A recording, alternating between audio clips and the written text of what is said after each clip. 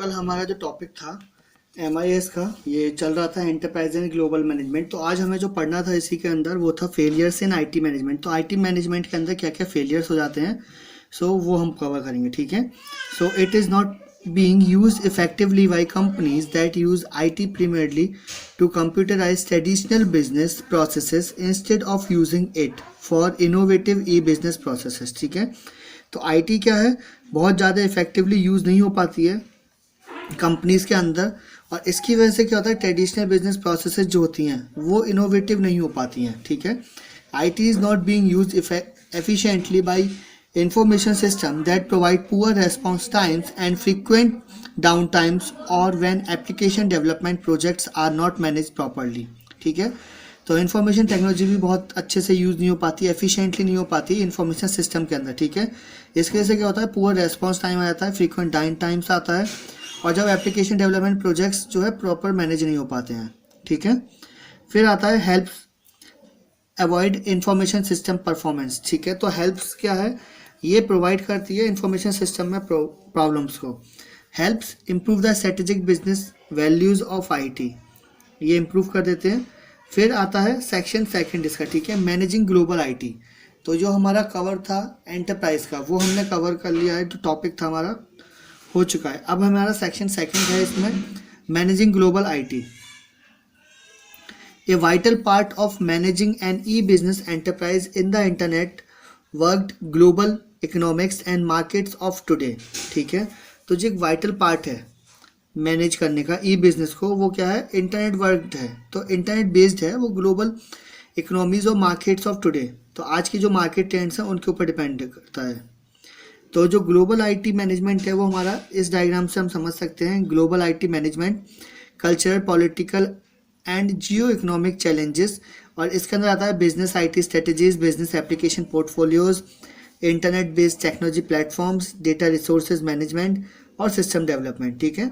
ये सारी चीज़ें इसके अंदर आती हैं। ये फिर cultural, political and Jio economics challenges क्या होते हैं। कल्चरल चैलेंजेस में आ जाता है डिफरेंस इन लैंग्वेजेस। तो जैसे इंडिया है, इंडिया में कोई कंपनी स्टार्ट की तो यहाँ पर हिंदी इंग्लिश कोई समझ सकते हैं, हिंदी इंग्लिश तमिल और भी काफ़ी हमारी रीजनल लैंग्वेजेस हैं वो सारी। ठीक है। अब दूसरी किसी कंट्री में जाएंगे तो वहाँ पे रीजनल लैंग्वेज कोई नहीं समझ पाएगा जो इंडिया की हैं, तो वहाँ पे केवल इंग्लिश चलेगी और उनकी लोकल लैंग्वेज चलेगी। ठीक है।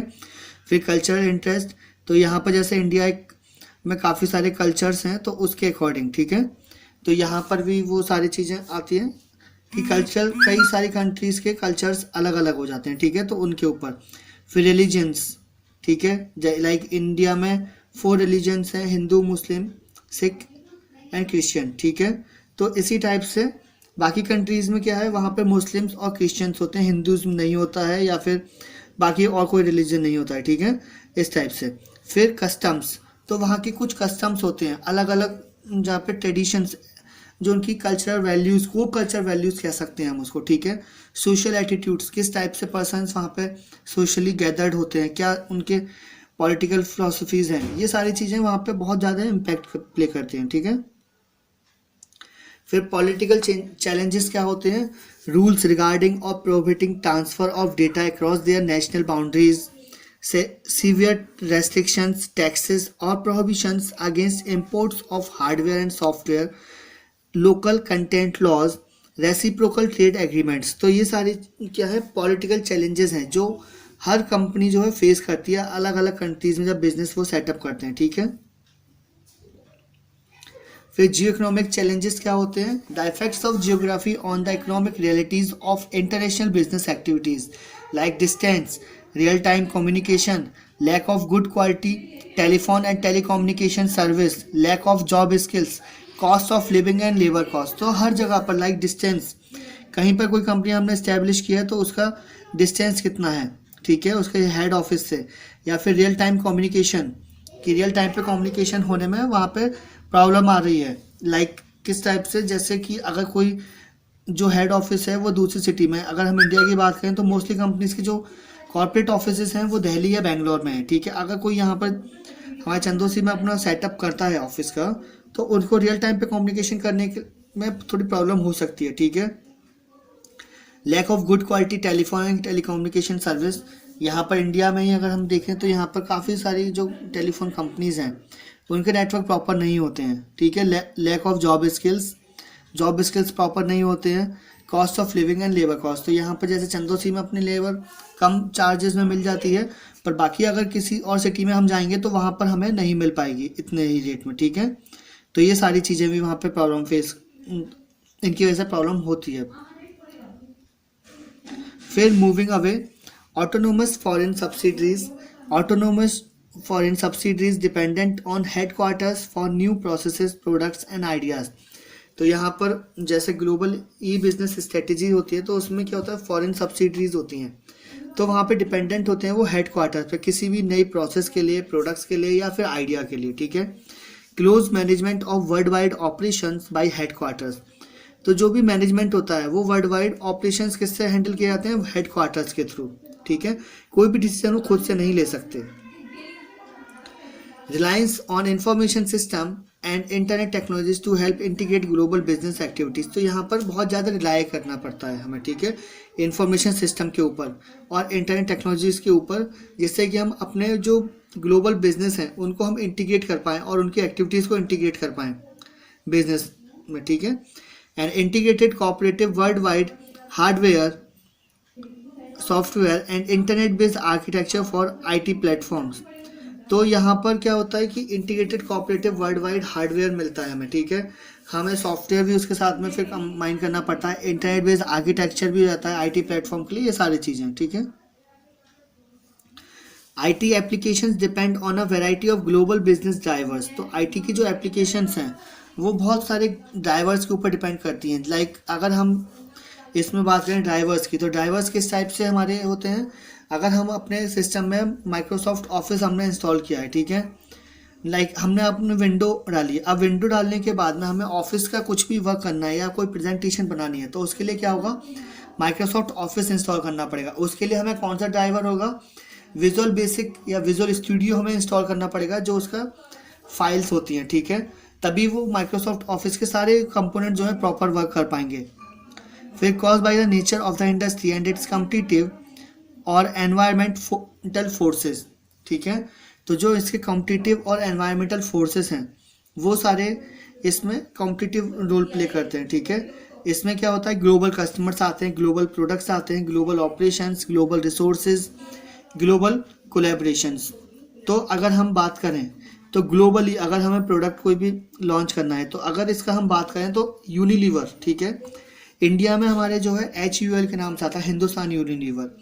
तो इनकी मार्केटिंग स्ट्रेटेजी क्या है कि ये जिस भी कंट्री में जाते हैं वहाँ का कंट्री का नेम अपने नेम के आगे लगा लेते हैं।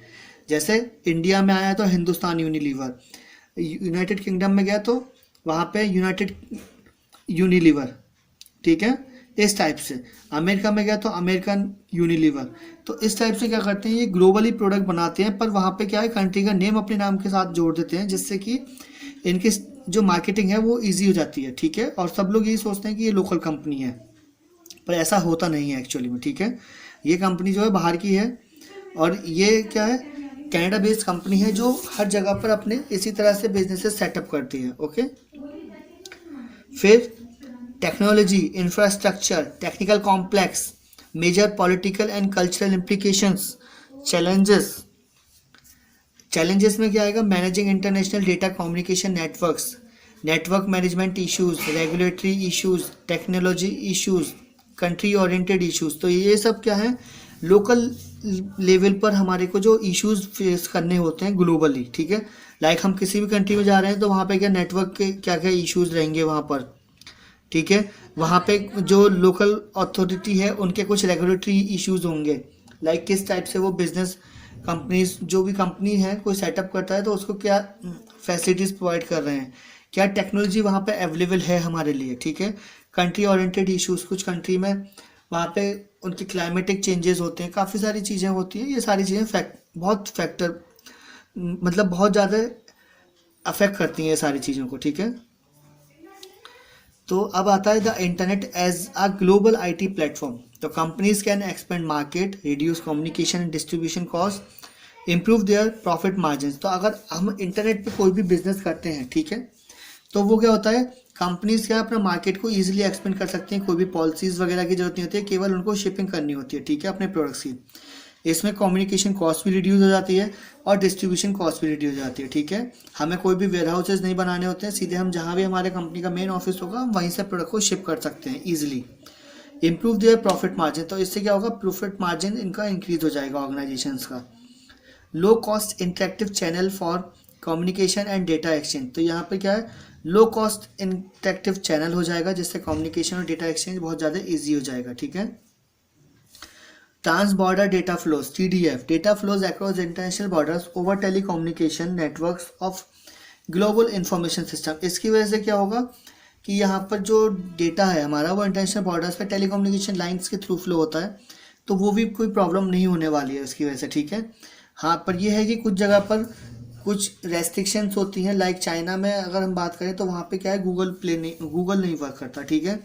वहाँ पे उनका एक सर्च इंजन खुद का है, वही वर्क करता है, ठीक है। तो ऐसे कुछ रेस्ट्रिक्शंस होती हैं जो कंट्री वाइज होती हैं। इसमें many countries view TDF as violating their national sovereignty, तो जैसे चाइना का एग्जांपल दिया वही यहाँ पे एक्सप्लेन किया गया कि कुछ कंट्री को लगता है कि उनके वायलेट कर रहे हैं नेशनल सोवरेनिटी, मतलब उनकी संप्रभुता कह सकते हैं, ठीक है, संप्रभुता। Others are violating their laws to protect the local IT industry और टू प्रोटेक्ट लोकल जॉब्स, तो कुछ क्या करते हैं, उनको लगता है कि ये यहाँ पे इनके लॉज को मतलब वायलेट कर रहे हैं, ठीक है। तो उनको लोकल IT इंडस्ट्री और जो उनको प्रोटेक्ट लोकल जॉब्स, तो उनको जॉब्स की थोड़ी फिक्र हो जाती है। Many may view TDF as a violation of their privacy legislation, तो कुछ लोगों को लगता है कि उनकी प्राइवेसी जो है वो इसकी वजह से डैमेज हो रही है या हर्ट हो रही है, ठीक है, TDF की वजह से। फिर internet access issues, high government access fees, government की ज़्यादा एक्सेस फीस होती है, गवर्नमेंट मॉनिटर्ड एक्सेस, लाइक जैसे ब्लैकबेरी का हम ले सकते हैं, तो ब्लैकबेरी को अपना यहाँ पर इंडिया में एक सर्वर लगाना पड़ा जिसकी वजह से, या फिर आईफोन को हम कह सकते हैं, तो आई मैसेजिंग के लिए केवल अभी तक एक सर्वर ही होता था जो यहाँ पे नहीं है, इंग्लैंड में, ठीक है।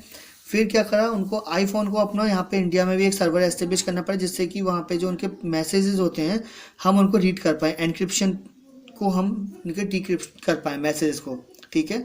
ये गवर्नमेंट ने को ज़बरदस्ती फोर्स किया था यहाँ पे सेटअप करने के लिए, ठीक है, क्योंकि पहले क्या होता था कि कोई भी अटैक हुआ तो आईफोन्स यूज़ कर रहे हैं तो वो उसको मैसेज को हम डिक्रिप्ट नहीं कर पाते थे, पर अब क्या है कि हम उनको डिक्रिप्ट कर सकते हैं क्योंकि हमारे पास सर्वर अवेलेबल है, ठीक है। नो पब्लिक एक्सेस अलाउड, तो यहाँ पर क्या है, कोई पब्लिक एक्सेस अलाउ भी नहीं होती है इसमें। Challenges, conflict over local versus global system requirements, तो यहाँ पे चैलेंजेस क्या आते हैं, जो कॉन्फ्लिक्ट होता है लोकल और ग्लोबल में वो आ जाता है। Difficulties agreeing on common system feature, तो यहाँ पे डिफ़िकल्टीज आ जाती हैं जहाँ पर हम एक कॉमन सिस्टम पे एग्री नहीं कर पाते हैं। डिस्टर्बेंसेस कॉज्ड बाय सब systems and implementation and maintenance activities, ठीक है। तो यहाँ पे क्या डिस्टर्बेंस हो जाता है सिस्टम इम्प्लीमेंटेशन और मेंटेनेंस एक्टिविटीज़ का। फिर चैलेंजेस और क्या होते हैं, trade off between developing one system that can run on multiple computer and operating system platforms or letting each local site customize the software for its own platform। तो यहाँ पे क्या है, ट्रेड ऑफ हो जाता है बिटवीन जो developing system होता है और जो मल्टीपल कंप्यूटर्स पे वर्क करता है सिस्टम में, ठीक है, उस पर और ऑपरेटिंग प्लेटफॉर्म पर भी, ठीक है। तो ये इनके बीच के डिफरेंसेस जो होते हैं वो हमें कवर अप करने होते हैं। तो ये क्या होता है, ये केवल डेवलपमेंट की वजह से ही होता है कि अलग अलग कंट्री के अलग अलग सॉफ्टवेयर्स होते हैं, उनकी कुछ रेगुलेशंस होती हैं, ठीक है। जैसे हम विंडोज़ यूज़ करते हैं या फिर हमारी जो नेटवर्क टेक्नोलॉजी है वो यहाँ पे इंडिया में अभी 4G वर्क कर रहा है, पर बाकी अब्रॉड में 5G भी आ चुका है, ठीक है। Global standardization of data definition, तो हमें ग्लोबल स्टैंडर्डाइजेशन करना पड़ता है डेटा डेफिनेशंस का।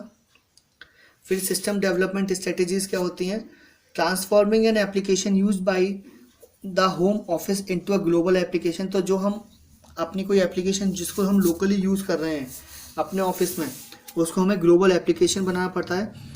Setting up a multinational development team to ensure the system design meets the need of the local sites as well as headquarter, तो जो headquarter में system है वही हमें लोकल में भी अपने एस्टेब्लिश करना पड़ेगा। कोई भी अगर हम कंपनी का ऑफिस वहाँ पे खोल रहे हैं तब पैरेलल डेवलपमेंट होना चाहिए, ठीक है। हर जगह पर एक साइड डेवलपमेंट होना चाहिए, ये नहीं है कि वहाँ पर कुछ और चल रहा है डेवलपमेंट कोई प्रोडक्ट का और हमारे हेड ऑफिस में कुछ और चल रहा है।